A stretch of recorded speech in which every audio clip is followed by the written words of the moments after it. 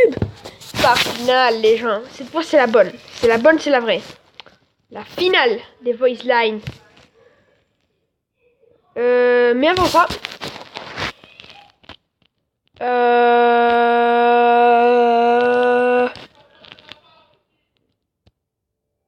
J'ai fait un truc... Ah ouais.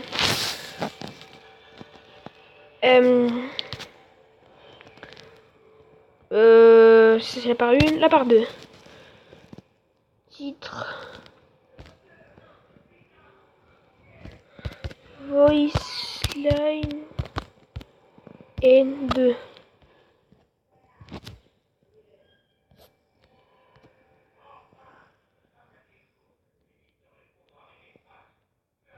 Voilà les gens, maintenant on peut commencer.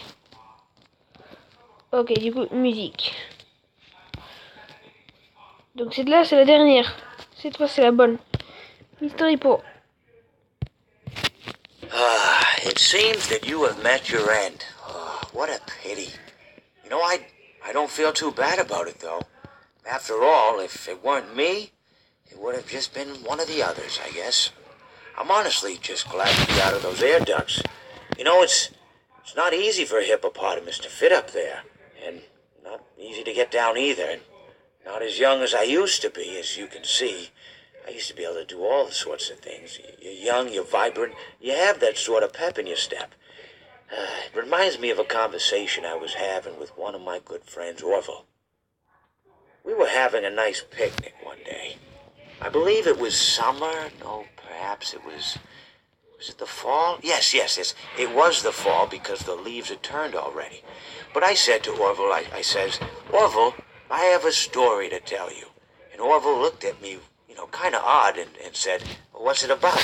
I said to him, not every story has to be about something, Orville.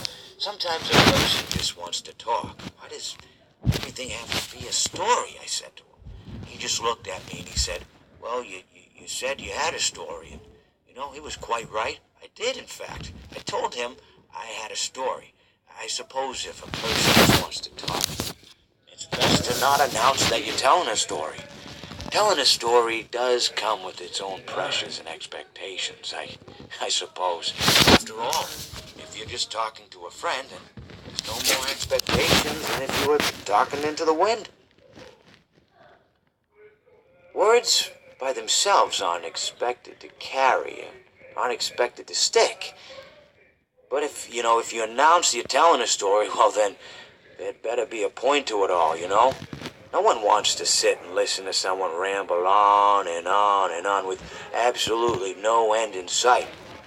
So, it's good to be mindful that when you tell someone that you're about to tell a story, that you have something to say. Telling someone that you're going to tell them a story is tantamount to asking them to stop what they're doing and pay attention. You're basically saying, hey buddy, stop everything, stop what you're thinking, I have a solution to everything. And well, I didn't really have any story to tell. In hindsight, I probably just misspoke when I said that I had a story. I think it would have just been better to tell Orville that I wanted to tell him something rather than tell him that I had a story. But even then, it might have put too much importance on the whole thing. Either way, it was quite a nice day. I remember that we were drinking tea. It seems that you have met a horrible demise, my friend. But, these things happen in life. Life goes on. Not for you, obviously. You're dead. But it reminds me of a time I was having a conversation with my friend Orville. We were, where were we? I think we were by the river. We were sitting by the river and watching the fish leap over the falls. And I said to Orville, sometimes I feel like a fish leaping over and over again, always trying to get somewhere, though I don't know where, only to find myself in the jaws of a beast. He, of course, looked at me, surprised, Have you been in the jaws of a beast, friend? To which I said, no, of course not, Orville.